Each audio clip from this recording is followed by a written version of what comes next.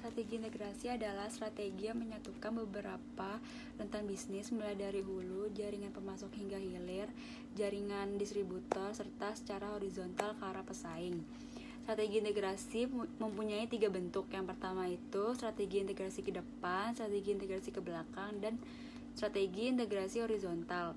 Keseluruhan strategi ini disebut juga sebagai strategi integrasi vertikal yang dijalankan untuk memperoleh kendali atas distributor pesaing dan pemasok. Forward integration atau integrasi ke depan. Integrasi ke depan melibatkan akuisisi kepemilikan atau peningkatan kontrol atas distributor atau pengecer. Cara efektif mengimplementasikan integrasi ke depan adalah waralaba atau franchising. Bisnis dapat berekspansi secara cepat dengan waralaba karena biaya dan peluang tersebar di banyak individu. Berikut panduan yang mengindikasikan integrasi ke depan bisa menjadi strategi yang efektif, yaitu ketika distributor perusahaan saat ini sedang mahal atau tidak dapat diandalkan atau tidak mampu memenuhi kebutuhan perusahaan. Kedua, ketika persediaan distributor yang berkualitas sangat terbatas sehingga memberikan keunggulan kompetitif kepada perusahaan yang berintegrasi ke depan. Yang ketiga, ketika sebuah organisasi bersaing dalam industri yang bertumbuh dan diharapkan akan terus bertumbuh secara pesat. Selanjutnya ini ada backward integration atau integrasi ke belakang. Nah, integrasi ke belakang ini adalah suatu strategi di mana si perusahaan ini berusaha untuk mendapatkan kepemilikan atau meningkatkan kendali atas pemasok. Jadi biasanya strategi ini cocok saat pemasok itu tidak dapat diandalkan oleh perusahaan, misalnya terlalu mahal atau tidak memenuhi kebutuhan perusahaan.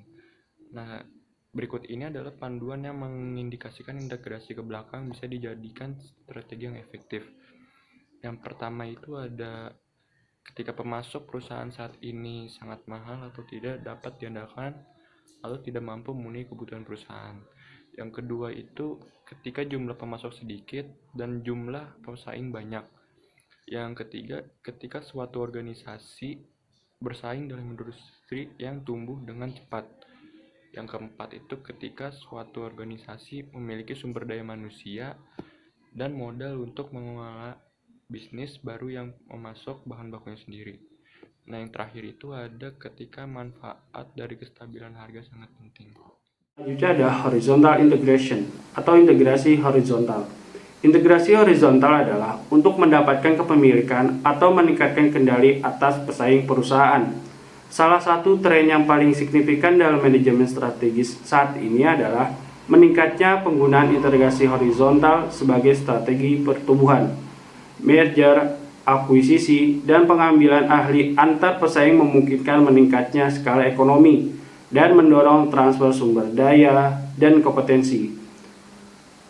Panduan yang mengindikasikan integrasi horizontal bisa menjadi strategi yang efektif sebagai berikut. Pertama, ketika perusahaan bisa mendapatkan karakteristik monopolistik dalam area atau daerah tertentu tanpa ditentang oleh pemerintah atas upaya besar-besaran untuk mengurangi persaingan. Kedua, ketika perusahaan bersaing dalam industri yang berkembang. Ketiga, ketika meningkatnya skala ekonomi memberikan keunggulan kompetitif yang besar.